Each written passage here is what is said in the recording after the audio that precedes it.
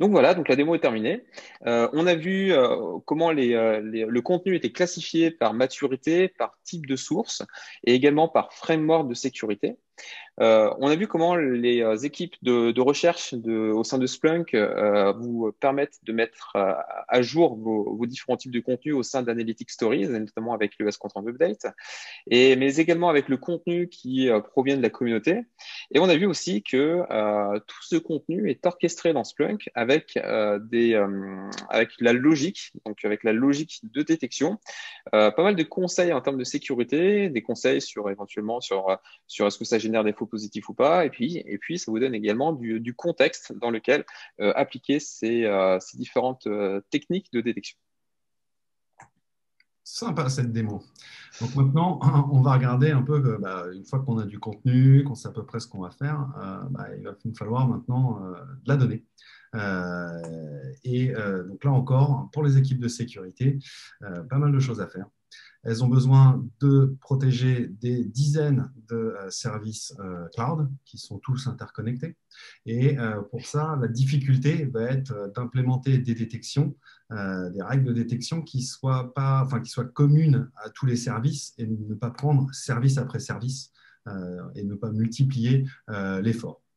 Et donc pour ça, on va regarder un petit peu les data models dans Splunk. Donc le data model des cloud services qui va nous permettre de mettre une couche d'abstraction, de normalisation sur ces données qui proviennent des différents cloud providers. Et puis derrière, on va pouvoir développer du contenu et donc implémenter des règles de détection qui seront valables pour tous les fournisseurs de services cloud. Donc on va commencer par cette démo. Dans cette démo, en regardant comment préparer un environnement multi-cloud en utilisant Attack Range. La première étape, on va regarder, on va chercher, on va faire des reports sur les différentes données qu'on va trouver, comment naviguer dans ces données, quelles sont leurs structures différentes, la différence entre leurs structures, pardon, et comment on pourrait sentir une petite couche de normalisation.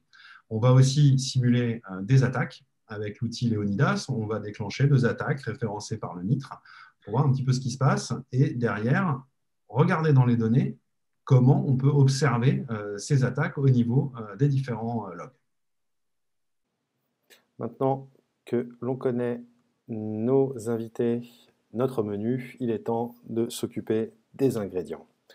Donc pour simuler l'attaque dont on vous a parlé, je vais avoir besoin de données du cloud et je ne vais pas m'arrêter là, je vais créer un environnement multi-cloud avec Splunk et récupérer des données donc d'Amazon Web Services, de Microsoft Azure et Google GCP. Google Cloud Platform. Et pour ça, je vais utiliser le framework Attack Range Cloud qui va me permettre de créer ce lab. Et donc Attack Range Cloud, disponible sur Git, ce sont des scripts qui vous permettent de créer un environnement Splunk complet, préconfiguré, prêt à gérer de la donnée. J'y ai même rajouté, moi, Enterprise Security, et ce qui va nous permettre d'avoir un lab. Donc, je redémarre mon environnement. Pendant que ça redémarre, je vais vous montrer comment vous pouvez récupérer les add-ons pour collecter de la donnée, donc la Amazon par exemple. Donc sur splunkbase.splunk.com, vous tapez Amazon, et là je peux prendre le Splunk add-on for Amazon Web Services. Donc si on regarde maintenant côté Splunk, cet add-on, il est configuré avec un input qui va être récupéré une trace CloudTrail et ingérer les données dans l'index AWS. Aussi simplement. Donc si maintenant on regarde un petit peu, encore une fois, on a le Microsoft Azure Add-on for Splunk et le Splunk Add-on for Google Cloud Platform. En configuration, on est sur des choses très très proches. Donc voilà la configuration de Google, où je vais lire dans un PubSub et envoyer mes données dans l'index GCP. Et pareil pour Azure, là je récupère dans Event Hub et je le mets dans un Azure Index. Aussi simplement.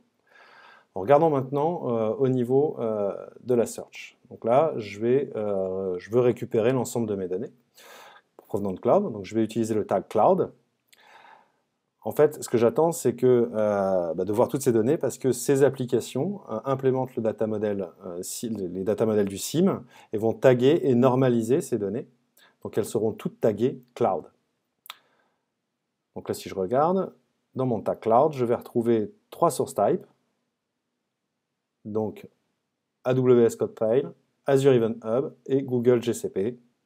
Jusqu'ici, tout va bien. Maintenant, on va simuler l'attaque, toujours avec Attack Range.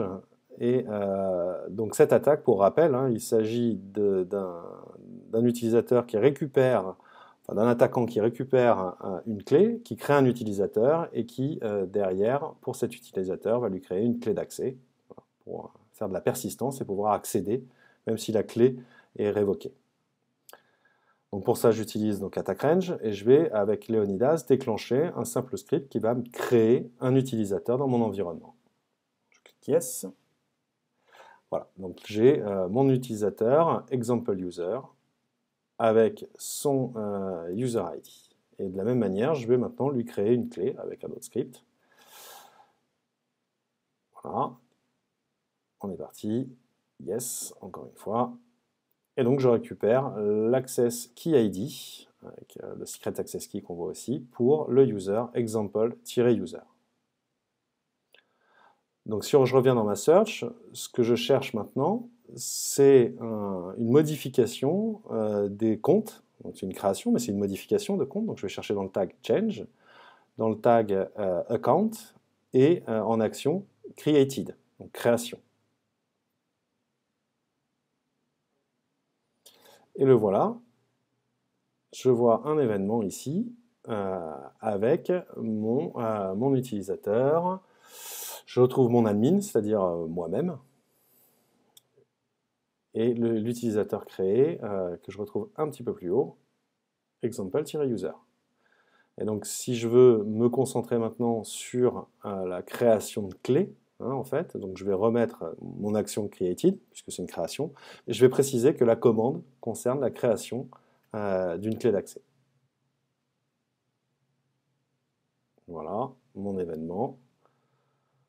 Donc je retrouve le create access key, mes différents tags, mes event types, et ici l'access key ID que j'avais tout à l'heure dans ma console, créé avec Attack Range. Et voilà. Donc dans cette démo, on a vu comment on pouvait mettre plusieurs services de cloud dans le même environnement Splunk, comment déployer une logique de détection, l'appliquer surtout les cloud service providers, et ne pas rentrer dans un système de développement un pour un, j'ai envie de dire. Donc, arriver à optimiser ses développements et son déploiement. Et comment aussi faire de l'investigation, pareil, en faisant abstraction du fournisseur de services. Alors, très intéressant, Mitratak. Attack Range, je veux dire. Très, très intéressant, Attack Range. Donc, du coup, maintenant qu'on a fait la détection, on va voir comment opérationnaliser le cas d'usage. Donc, pour opérationnaliser